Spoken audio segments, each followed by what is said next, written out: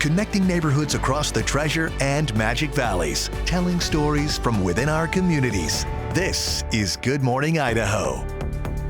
Good morning, Idaho. I'm senior reporter Roland Barris. Good to have you along, everybody, on this Wednesday. We've got a lot to get to this morning from our large team of neighborhood reporters, bringing you more local stories from more neighborhoods than anyone else. In Eagle, our Greenlee Clark, for instance, this morning, speaking exclusively with the Treasure Valley teenager who says he was tied up and tortured for hours under the guise of a photo shoot. Plus, a story new this morning, chaos outside Nampa High School after a YouTube star's surprise visit ended with a teenager in a hit-and-run crash. We're going to get to those stories coming up in just a moment. But first, let's get the latest on our weather. Sophia Cruz, it's getting cooler out in the morning. The leaves are starting to change. I'm seeing that. I noticed that yesterday while I was on my run around the Greenbelt, and it was just nice. It feels so good, especially if you're a runner or even if you just want to take a nice stroll around the Greenbelt, no matter what time of the day it is. If you do, though, head out for your mornings, it is pretty chilly. So for the kiddos heading into the bus stop, you've got lower 50s on the way, clear skies throughout the day, and nice sunshine. And on the way home, we'll be touching into those lower 80s. So pretty nice weather. But as you move through it, notice that we stay pretty cool throughout the majority of our day. We don't really see that warm up until we head into the later afternoon. So the good news about this, Roland, is that if anyone wants to do anything outside today or even this week, it's the perfect weather for it. It does look like it's looking pretty out there as well. Thanks, Sophie. Appreciate it. We turn now to Greenlee Clark's exclusive interview with the alleged kidnapping and torture victim. For the first time, the Treasure Valley teenager who says he was tied up and beaten for hours in the Eagle foothills shares his story exclusively with Idaho News 6. I'm your Eagle neighborhood reporter, Greenlee Clark, with how he says what started as a motorcycle photo shoot turned into 4 hours of torture and how he managed to get away. So I put my helmet on, had my gloves on, and as I was standing, I get, shot with a taser, and I just fell to the ground after that. 18-year-old Jordan Carrillo drove to a remote area off Highway 16 around 9:30 at night on September 4th. He thought he was meeting with a photographer. When everything shifted and I realized it wasn't a photo shoot, it would probably have to be when he pulled out an iPhone instead of an actual camera. He said he was an amateur photographer. Within moments, Carrillo says the two suspects, Steen Lamb and Devin Larson, shot him with a taser and zip-tied his hands and legs before forcing him into a bag and repeatedly kicking and tasing him for hours. I felt like every muscle in my body just tensed up, and I couldn't move. I couldn't really breathe that well other than just scream. Carrillo says he recognized Lamb as a close friend of his girlfriend. He previously thought Lamb had feelings for her, and while he was tied up, Carrillo says the men took his phone and broke up with his girlfriend for him via text. Originally, I did think I was going to die because there was a gun. He said there was a gun pointed at me. I didn't see it, but I felt something heavy pointed on me. But hours later, after convincing the men he would keep the whole ordeal a secret, they cut him loose. He said, "You're never going to forget this, right?" And I was like, "No, never." After that, I sped off. I honestly thought he was going to shoot me after, but yeah, I sped off. He rushed to a relative's house and told his whole family what happened. His mom, Jennifer, gets emotional thinking about what her son survived and encourages parents to open up communication. Because as a mom, you want to protect them and you want to be there for them all the time. And I wasn't there for him when he needed me the most. Just having an open communication with your kids so they're not afraid to talk to you about anything, letting them know the reason why you want to have their location for things that they ever least expect. As for Jordan, he's not ready to forgive and forget and hopes to see the two suspects held accountable. I don't know. It's just, I can't really wish harm upon other people. No matter how bad it is, I can't do it. We learned Tuesday evening Larson bonded out of jail. Lamb remains in custody. As for Jordan, he plans to attend every court hearing until the case is resolved. Both suspects are expected to be back in court on October 6th. Reporting in the foothills, I'm your Eagle neighborhood reporter, Greenlee Clark for Idaho News 6. As we've reported, the Canyon County Mosquito Abatement District found a single mosquito known as Aedes aegypti in a trap. According to the CDC, the mosquito is known to be a carrier for yellow fever, Zika virus, and dengue fever. It's generally not found in Idaho because it thrives in more humid regions of the south. But Idaho is no longer just a huge expanse of high desert. As we urbanize in this area, we are creating a lot more microclimates that to us isn't a big thing, but to a mosquito, an organism this small, it is. Wonders says the Aegypti mosquito is not a big threat right now because cold weather has arrived, but the eggs they lay can stick around until next summer, and they thrive in even the tiniest of water sources like a bottle cap. So clearing your residence of any small items that can serve as a breeding ground is an important precaution. A chaotic scene unfolded Monday evening outside Columbia High School in Nampa after a popular YouTuber made an unannounced visit to the campus, leading to a hit-and-run incident on Happy Valley Road. A large crowd had gathered on the roadway to catch a glimpse of the internet star IShowSpeed, and around 6 p.m., a 14-year-old boy was hit by a full-size pickup truck. The driver didn't stop. The teen was taken by ambulance to a local hospital. His injuries were not life-threatening, and he was later released. About an hour and a half later, 20-year-old Donald Allen Hagen, the second of Nampa, called police to report the incident, and after speaking with officers, Hagen was arrested and is now facing charges for leaving the scene of an injury accident. Jimmy Kimmel back on air overnight, thanking his supporters, including those he doesn't typically agree with politically. It takes courage for them to speak out against this administration, and they did, and they deserve credit for it. And thanks.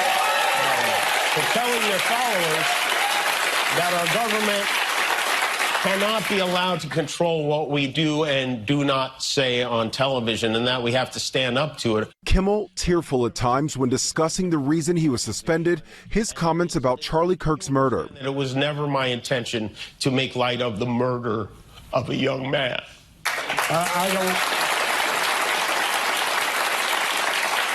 I don't think there's anything funny about it.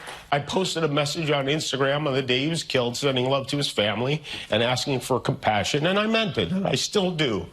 Nor was it my intention to blame any specific group for the actions of what it was obviously a deeply disturbed individual. Before Kimmel's return, Disney ABC saying it suspended the show to avoid further inflaming a tense situation at an emotional moment for our country. But the company citing days of thoughtful conversations with Jimmy in announcing his return. A lot of people have been asking me if there are conditions for my return to the air, and there is one. Disney has asked me to read the following statement, and I agreed to do it. Here we go. To reactivate your Disney Plus and Hulu account. President Trump blasting the move overnight, posting his audience is gone and his talent was never there. Why would they want someone back who does so poorly, who's not funny? He had no ratings. Well,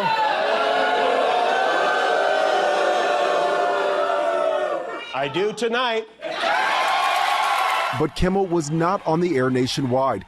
Two companies that own ABC stations are still preempting the show. Sinclair saying discussions with ABC are ongoing as we evaluate the show's potential return. And Nexstar wants assurance that all parties are committed to fostering an environment of respectful, constructive dialogue in the markets we serve.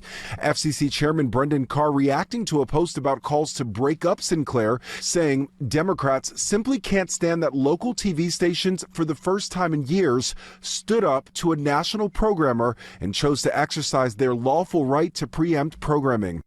Kimmel was also in tears when discussing Charlie Kirk's widow and how powerful it was that she forgave the man who shot her husband, saying how touched he was in that moment. Lionel Moyes, ABC News, New York. As that story mentioned, the major local TV news conglomerates Sinclair and Nexstar made the decision to continue to preempt Jimmy Kimmel's show and not air it last night. But a point of clarification, since the way these organizations work can be a little bit confusing, here's what it looks like in the Boise market. Idaho News 6 is an ABC affiliate, meaning we air ABC programming. We share our reporting with ABC and have access to ABC News resources. But our corporate owner is actually the EW Scripps Company. We played no role in the decision to pull Kimmel's show from the air or bring it back. Channel 7 is an NBC affiliate that's actually owned by Tegna, the target of those big acquisition efforts. And Channel 2 is a CBS affiliate that's owned by Sinclair. Sinclair has also announced an interest in acquiring Tegna. When we get back, we recap the president's address to the United Nations, as well as a major shift in his stance toward Russia's war on Ukraine. All right, neighborhood of the day is Mountain Home, where this afternoon you'll be sitting in the mid-80s, 86, nice, sunny and clear. Enjoy some time outside today if you can. But don't worry if you can't. The rest of the week ahead still looks pretty good. I'll have the details on full forecast coming up. Sounds good. It's 13 minutes past the hour. Let's take a look at your national headlines this morning. Jimmy Kimmel Live back after a nearly week-long suspension. Disney, a parent company, says it objected to Kimmel's comments after Charlie Kirk's murder, and Kimmel addressed the suspension in his return monologue while defending free speech. Disney lifted the suspension after what it calls thoughtful conversations with Jimmy. President Trump says Kimmel's return puts the network in jeopardy, and media conglomerates Sinclair and Nexstar Media continue to preempt the show. A verdict reached in the criminal trial of Ryan Routh, the man accused of trying to assassinate President Trump last year. Chaotic moments, though, in court, as Routh was convicted of all charges in the attempted assassination of the then candidate Trump while on his Florida golf course. Routh had to be forcefully removed from court after he tried to stab himself in the neck with a pen right after the verdict was read. And the United Nations General Assembly continues in New York on this afternoon. Iran's president is expected to deliver remarks. It comes a day after Supreme Leader Ayatollah Ali Khamenei rejected direct negotiations with the United States over his country's nuclear program. Khamenei claimed the talks have not been a negotiation, but the U.S. imposing its will on Iran. That could cause the UN to reimpose sanctions on Tehran. Ukraine's leader, meanwhile, is also expected to speak at Wednesday's UN Assembly. And those remarks will come as President Donald Trump opened the door for Ukraine to win back all of the territory that it lost to Russia. And that is a dramatic policy shift for the U.S. ABC's Nicole D'Antonio is in Washington with the details. This morning, President Trump making a dramatic shift on Ukraine. Let them get their land back. The president on the day of his UN address saying, quote, "I think Ukraine, with the support of the European Union, is in a position to fight and win all of Ukraine back in its original form." That's a major turnaround from the president who previously suggested Ukraine give up territory in order to make peace. Just last month, Trump meeting with Vladimir Putin for a summit in Alaska. But now President Trump appears to be frustrated with the Russian president, who has rebuffed calls to meet with Zelensky and has instead ramped up attacks on Ukraine, while also sending Russian military aircrafts across NATO borders. Do you think that NATO countries should shoot down Russian aircraft if they enter their airspace? Yes, I do. Zelensky hailed the president's remarks as a big shift, but it's unclear if Trump's words will be matched by a shift in U.S. policy, including new sanctions on Russia. The president is a very patient man. He's very committed to peace, but his patience is not infinite. And as he has said repeatedly, he has before him the opportunity and the options of imposing additional economic costs on the Russian Federation. Despite an optimistic message about Ukraine, President Trump's message to the United Nations General Assembly struck a very different tone. Not only is the UN not solving the problems it should, too often, it's actually creating new problems for us to solve. Your countries are going to hell. The president appeared frustrated from the start when he said his teleprompter wasn't working, and also criticized the escalator in the building that abruptly stopped working when the president and first lady arrived. These are the two things I got from the United Nations, a bad escalator and a bad teleprompter. Thank you very much. Secretary of State Marco Rubio is expected to meet with the Russian foreign minister later today as concerns grow about the conflict in Ukraine. Nicole D'Antonio, ABC News, Washington.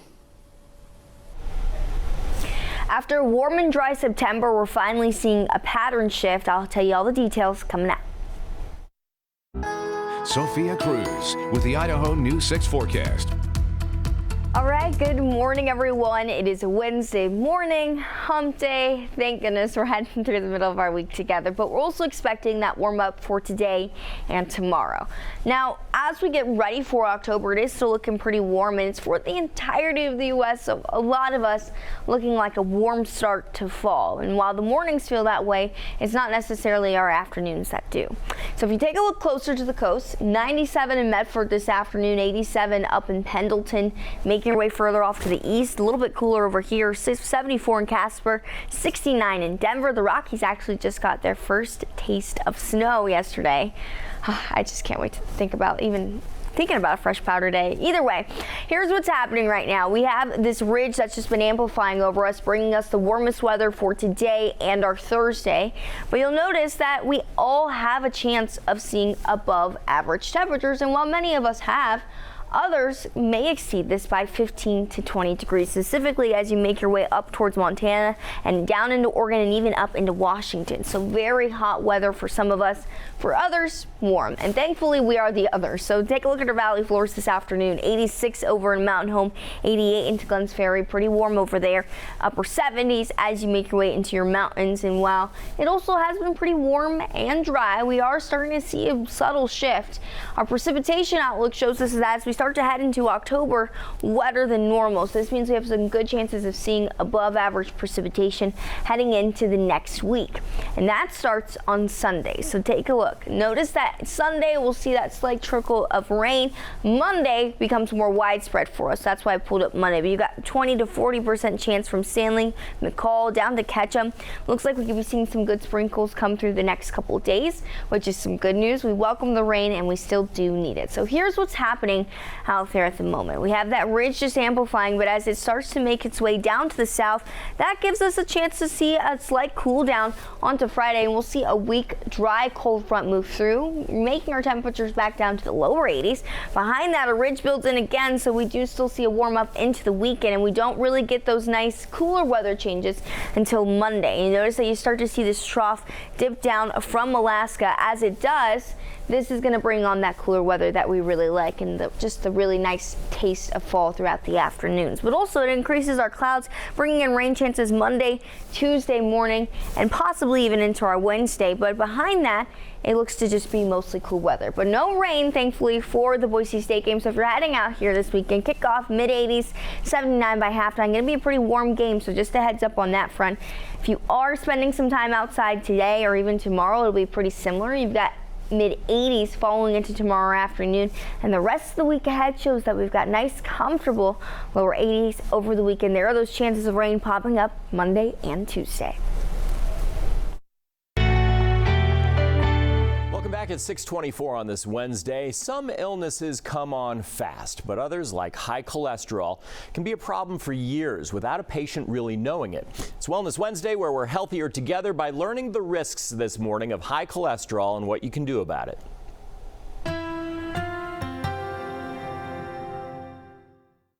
You don't have to be overweight to have high cholesterol, and just because you eat a lot of greasy food doesn't necessarily mean you'll get it either. Dr. Daniel Meltzer says it's mostly a disease that is dependent on your genetics, and a lot of people fit that category. Nearly 40% of Americans have high cholesterol. The bad cholesterol is called LDL. The good cholesterol is HDL. And when the LDL gets out of control, you can have a real problem. If you get clogging of the plumbing, which is what high cholesterol does because of the buildup of plaque, it can reduce that blood flow to critical organs like our brain or our heart, or sometimes those plaques can rupture and go to places that they shouldn't. And that can cause a heart attack or a stroke. Since knowing your cholesterol takes a simple blood test, you need to get a regular update from your doctor.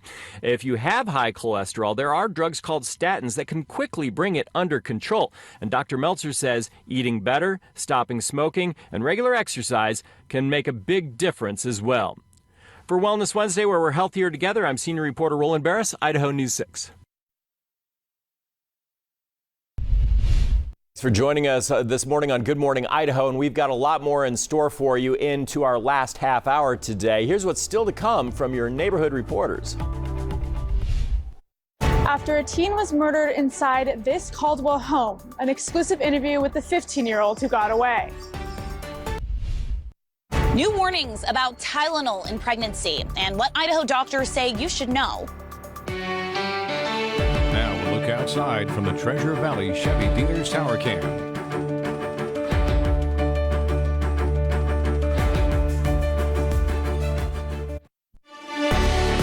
Connecting neighborhoods across the Treasure and Magic Valleys, telling stories from within our communities. This is Good Morning Idaho. All right, welcome back to Good Morning Idaho. It is 6:28, everyone. I'm senior reporter Roland Barris. Great to have you along. We've got a lot to get to this morning, a lot of big stories from our team of neighborhood reporters. In just a moment, an Idaho News 6 exclusive interview with a teenager who says he disarmed his dad and escaped after learning his sister was murdered. His father, Delbert Cornish, currently on trial for the murder of his adopted daughter, Onyx. Plus, our Riley Shoemaker hearing more from local medical experts reacting to the Trump administration's shocking claim that taking Tylenol increases the risk of autism in newborns. But before we get to all of that, we check on our weather as we get ready to head out the door. Sophia is here. It's going to be a nice day, but got to have a jacket this morning. Yeah, jackets for the morning for sure, and then by the afternoon, you won't even need one. Take a look at our lows overnight. For some of us, it was a very cold overnight hour. You've got 25 in Stanley, 55 in Boise, 48 over in Caldwell, and as you head into school today, kiddos, lower 50. So it is still going to be chilly. Grab the light jacket, but make sure you've got the water. We've also warmed up still throughout our afternoon, and by the time you're heading home, we'll actually be sitting in the lower 80s. There's be plenty of sunshine today, so it's going to be a good day overall. We've just had this string of really nice weather rolling, and it's just nice, you know? It's nice for outdoor activities, or maybe if you can't get out in the mornings, you still can in the afternoons. So nice. All right. Thanks, Sophia. Appreciate it. And we turn now in the news to the Idaho News 6 exclusive interview with a Caldwell teen recounting the day his sister Onyx was killed. Our Victoria Rodriguez has his story. After disarming his dad inside their Caldwell house, 15-year-old Lucian Cornish said he ran for his life down this street after discovering his sister was murdered. I'm your neighborhood reporter, Victoria Rodriguez, and Lucian Cornish is speaking exclusively with Idaho News 6 about what exactly happened that day and what he remembers about his sister, Onyx. I remember when I was running away, I thought to myself, like, am I dreaming? Like, that, like, I was just like, my brain was just going into like different directions of like, this has to be fake. Lucian Cornish says what started as a normal day turned into a nightmare as soon as he got home from school. That's when he says his dad, Delbert Cornish, told him he shot and killed his sister Onyx. He started like bawling, crying, not like normal sad cry, like scream crying. And I was like, okay, like what's going on? And then he said, I killed your sister. It's like, what? And then he reached into his pillow on the couch and he pulled out a gun. Lucian says his dad tried to force him towards his sister's room, shooting the floor next to him to control the situation. I just kept on trying to get him to let me leave. Just, Dad, like, I need to go outside, just let me go. And then after a while he said, turn around and walk behind you. I didn't want to face my back toward him, so I just walked backward, said, Dad, I'm your son. Well, like, why are you doing this? And then I think that like touched him. Lucian says he lunged at his father, grabbing the gun and pinning him against the wall. He says his dad's actions terrified him, but he knew he had to fight to survive. Then he stood up and he pointed the gun at me like this. And then like, I knew that it's either I'm gonna have to fight or I'm just gonna die. He said, you know this is your last time seeing me, right? I'm gonna be dead 30 seconds after you leave. And I already kind of figured that, so I said, I know, Dad, I love you. After the struggle, Lucian ran 2 blocks before calling 911. He's still trying to make sense of what happened, leaning on family for support. How are you doing now with everything that's come out, and it's been a little over a month now? Can you walk us through how you're feeling? I know that I'm not okay, but like, I will be okay. The family is still healing, with a GoFundMe remaining active to help with expenses. Deborah Cornish is expected back in court on October 13th. Reporting in Caldwell, I'm your neighborhood reporter, Victoria Rodriguez for Idaho News 6. Boise police this morning investigating a series of thefts from local vape stores over the last week and a half, including an armed robbery attempt on Tuesday. Boise PD sharing photos of who they believe to be the suspect, and they say they also believe he is the only individual responsible. However, a person of interest has also been identified, and officers are looking to speak with him as well. Due to the suspect's escalating behavior, detectives are working quickly to identify and locate him. If you have any information about the suspect or the person of interest, call Ada County Dispatch. You've probably reached for this before. And if you've ever been pregnant, chances are your doctor may have even recommended it. But now the Trump administration is raising new questions about acetaminophen, better known as Tylenol, and a possible link to autism. I'm downtown Boise neighborhood reporter Riley Shoemaker, and it's a move that's sparking debate among health experts. Tylenol has long been considered the safest option for pregnant women dealing with pain or a fever. But after a new federal announcement tying the drug to possible autism risks, Idaho doctors say it's important to separate the headlines from the facts. It's one of the very few medications that has always been considered totally safe in pregnancy. And like anything else, any medicine that gets used a lot can have things come up with it periodically that people say, hey, it looks like there might be an association here or there. Dr. Megan Casper, an OBGYN at Grace Women's Health in Nampa, says the data being cited in Washington is conflicting and that medical societies still recommend acetaminophen as the safest choice for pregnant patients. They say in the press release, yeah, the data is really conflicting. It's not strong evidence.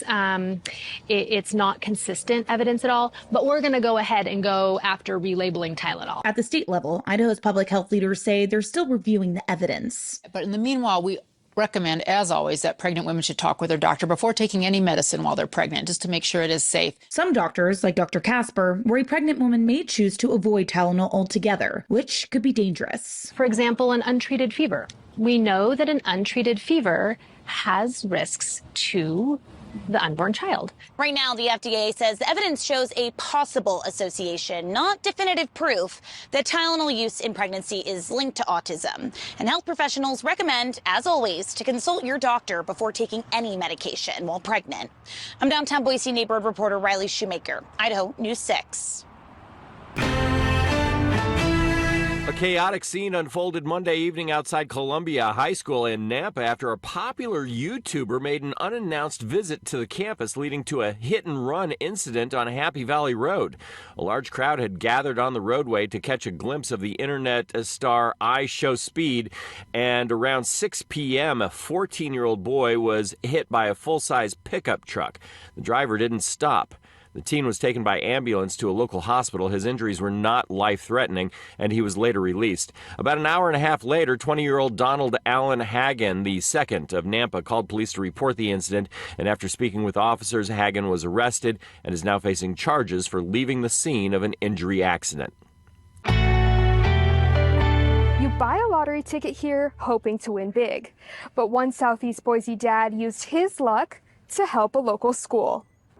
I'm your Southeast Boise neighborhood reporter Sahana Patel, learning about the lottery's Love Your School program and how it will benefit Timberline High School. In Idaho, you have to be 18 to participate in the lottery, but every month, students across the state are hitting the jackpot in a different way. Love Your School, a program by Idaho Lottery, lets VIP club members cash in points to enter the drawing. That winner gets to select the public school of their choice for an opportunity to give them $1,000, and the player gets $100 worth of scratch tickets. Thanks to a parent entering the school in the drawing, Timberline High School struck it lucky. Knowing that it was donated and it was by a parent, that was amazing. Principal Chad Wright says the funds will give teachers more more flexibility in the classroom. Whether it be in our art department, hey, can we do another project, and we bring these materials in that weren't budgeted to start with. That's what's great, is because we have funds now that we can do some of these other opportunities that we weren't planning on before.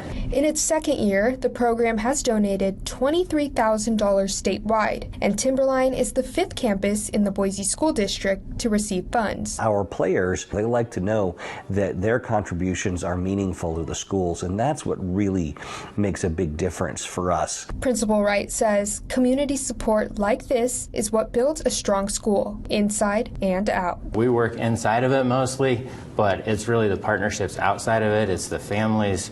It's what really builds a strong school culture. If you're a VIP Club member, you can nominate any Idaho public school to take part in the program. I'm your Southeast Boise neighborhood reporter, Sahana Patel, for Idaho News 6. 6:38, let's take a look at what's happening in your neighborhood. Heads up to drivers in Caldwell. I-84 set to close overnight tonight and tomorrow night. Be aware of that. That's going to be between Centennial Way and Franklin Road interchanges, because crews are working to install new overhead signs, and the closures are going to be in place from midnight to 5 a.m. each night. Meanwhile, in Rupert, an open town hall for the community to hear from city leaders about projects shaping the city's future. Attendees can ask questions and share their thoughts. That's tonight at the historic Wilson Theater from 6 to 8. And the city of Boise today celebrating the newly refurbished clock tower in the heart of Ann Morrison Park. It now sits in a more prominent area of the park near the interactive fountain, and the clock's face now resembles the original design from when the park first opened in 1959. And that ceremony will take place this afternoon at 4:30. In West Boise, U-Stick will be closed for cars and open for people during the annual Open Streets event. This busy stretch of U-Stick by Cole Road in West Boise will soon be full of people on bikes and on foot instead of in cars. I'm your West Boise neighborhood reporter Brady Caskey, talking to event organizers and neighbors about the unique event coming to this neighborhood.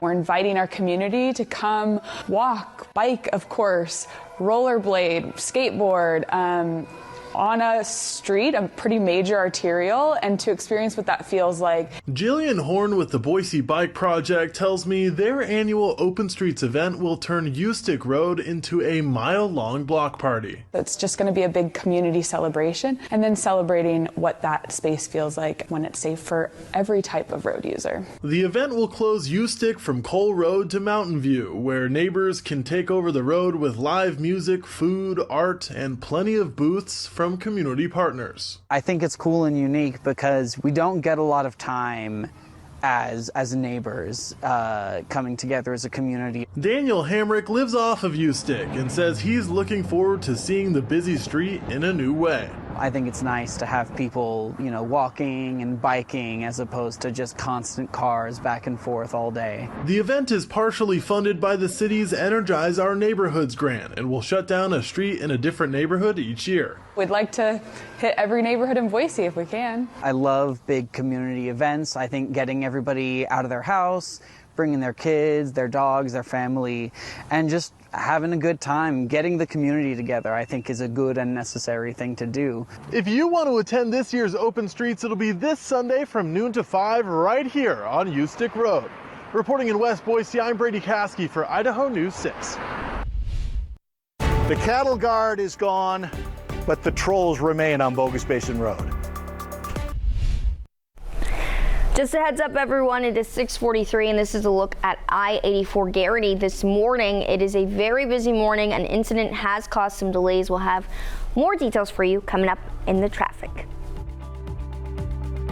The Idaho News 6 Allergy Report is brought to you by Boise Valley Asthma and Allergy Clinic. All right, your allergy report. The numbers do not look the best this week. We've got sage being in the extreme category. Also ragweed and chenopod falling behind after that. But again, if sage is your allergy, just a heads up right there. But we'll continue to keep you up to date as we move through our season together.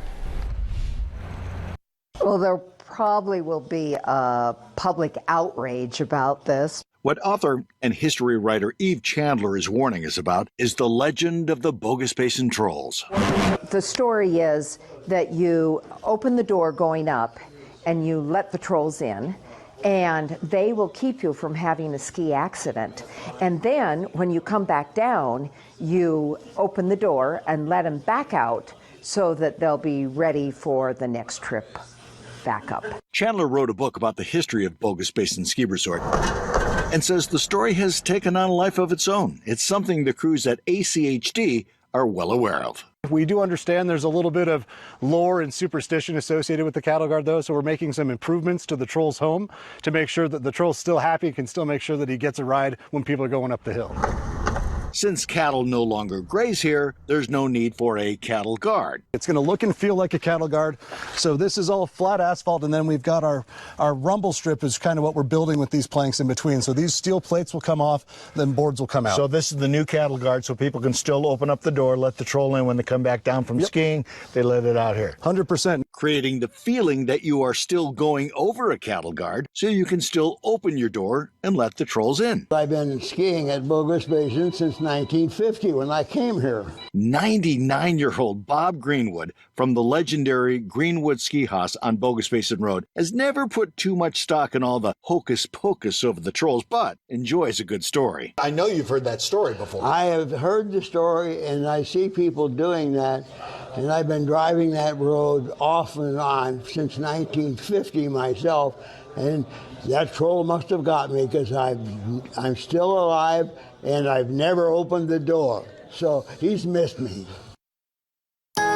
Sophia Cruz with the Idaho News 6 forecast.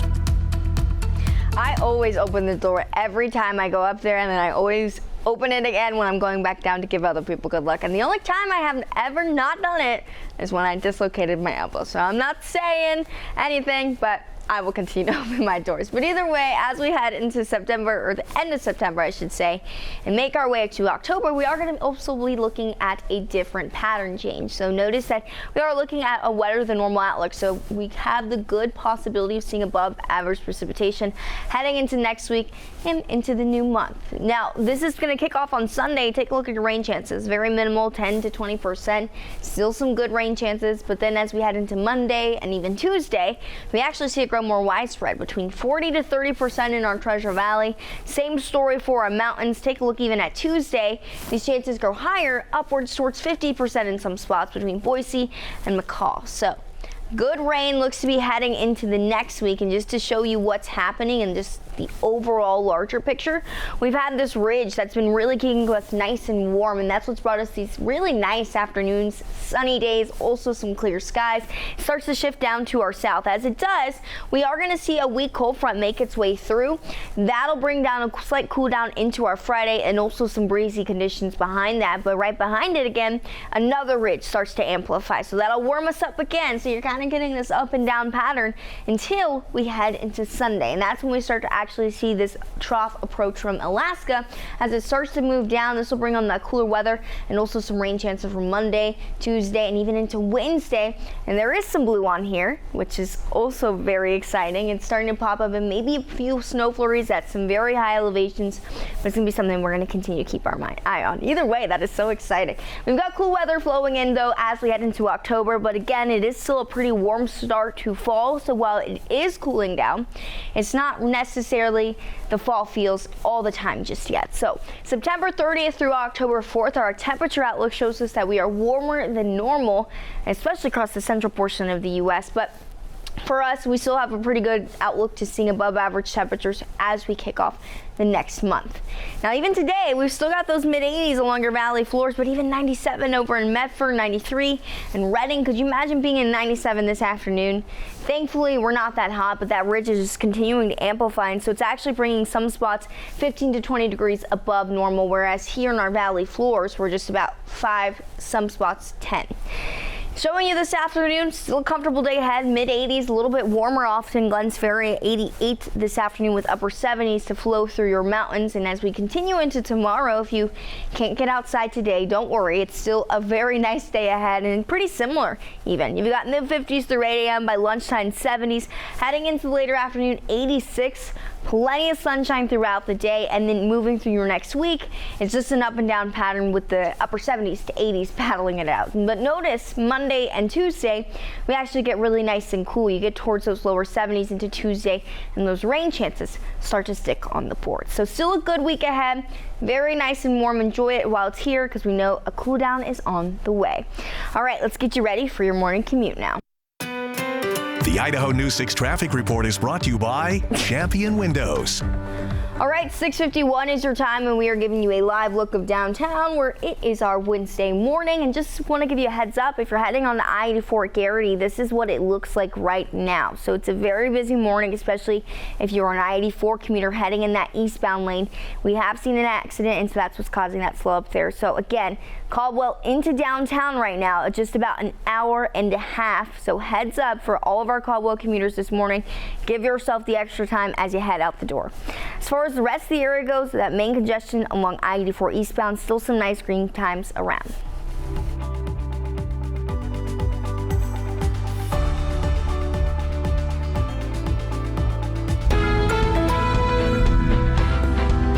In this morning's GMA First Look, baseball game changer. Oh, he rung him up. Strike three in a pitch. The MLB is looking to make contentious close calls at home plate a thing of the past. Did he go? No swing. Approving the use of what's called robot umpires, game-changing technology to avoid scenes like this. And here comes Torey Lovello, and Lovello's been ejected.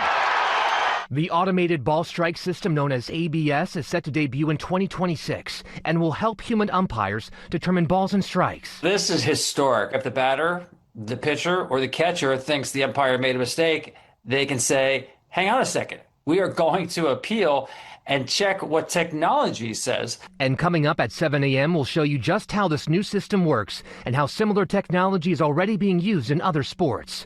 With your GMA First Look, I'm Perry Russum, ABC News, New York. Hey, welcome back to Good Morning Idaho, everyone. And we are just wrapping up here in case you missed it. These are the top stories we're following from our neighborhood reporters. For the first time, we're hearing directly from the Treasure Valley teenager who prosecutors say was tased, tied up, and beaten in the Eagle foothills. The victim shared his story exclusively with Idaho News 6, with how a motorcycle photo shoot turned into multiple hours of torture and how he managed to get away. This busy stretch of U-Stick by Cole Road in West Boise will soon be full of people on bikes and on foot instead of in cars. The annual Open Streets event will shut down U-Stick Road for many hours Sunday to open it up for bikers and pedestrians to enjoy music, vendors, and booths by community partners. Anyone who has lived in the Treasure Valley for any length of time knows the history of crossing over the cattle guard on Bogus Basin Road, letting the trolls in, having a great day at the ski area, coming back down, opening the door, and letting the trolls out. Well, the cattle guard is gone, but ACHD made sure that the trolls will remain. And of course, you can learn more about all those stories on our website. Just head to idahonews6.com. Now, the Out the Door forecast, brought to you by Pella Windows and Doors. All right, good morning to you as you get ready to head out for work. It's a chilly start to the day, so you may grab the light jacket. You've got mid-50s heading into 9 a.m. We remain pretty cool throughout the majority of our day and start to warm up at around 3 o'clock. That's when you'll start to see those lower 80s. Still a nice day ahead, plenty of sunshine, so enjoy it. All right, let's go ahead now and get you ready for your commute. The Idaho News 6 traffic report is brought to you by Champion Windows. All right, it is 6:57 and we are giving you a live look of downtown right now where commuters are heading out for their Wednesday morning. If you're heading into downtown, you may have some difficulty getting there, especially if you're driving along I-84 at Garrity. So just a heads up, here's what it looks like right now. Very backed up. Just to give you a time check again too, it is 6:57, so this is not normal. We normally see this a little bit closer to that 8 o'clock hour, but there has been an accident reported that is causing some slowdown. So you've got just about over an hour and a half for Caldwell commuters heading into downtown, going in that eastbound lane. So again, give yourself that extra time this morning and take an alternate route to work.